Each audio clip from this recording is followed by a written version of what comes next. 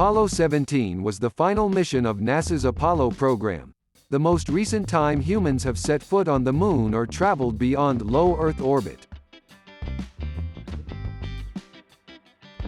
Commander Gene Cernan and Lunar Module pilot Harrison Schmitt walked on the Moon, while Command Module pilot Ronald Evans orbited above. Schmitt was the only professional geologist to land on the Moon, selected in place of Joe Engle with NASA under pressure to send a scientist to the Moon. The mission's heavy emphasis on science meant the inclusion of a number of new experiments, including a biological experiment containing 5 mice carried in the command module. Mission planners considered 2 primary goals in selecting the landing site: to sample lunar highland material older than Mare Imbrium and to investigate the possibility of relatively recent volcanic activity. They thus selected Taurus Littrow, where formations that had been viewed and pictured from orbit were thought to be volcanic in nature.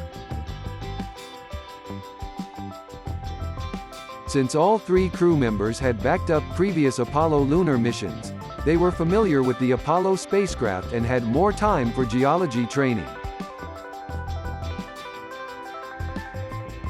Launched at 12:33 a.m. Eastern Standard Time on December 7, 1972, after the only launch pad delay in the Apollo program caused by a hardware problem, Apollo 17 was a J-type mission that included 3 days on the lunar surface, extended scientific capability, and the use of the 3rd lunar roving vehicle. Cernan and Schmitt landed in the Taurus Littrow Valley and completed 3 moonwalks, taking lunar samples and deploying scientific instruments.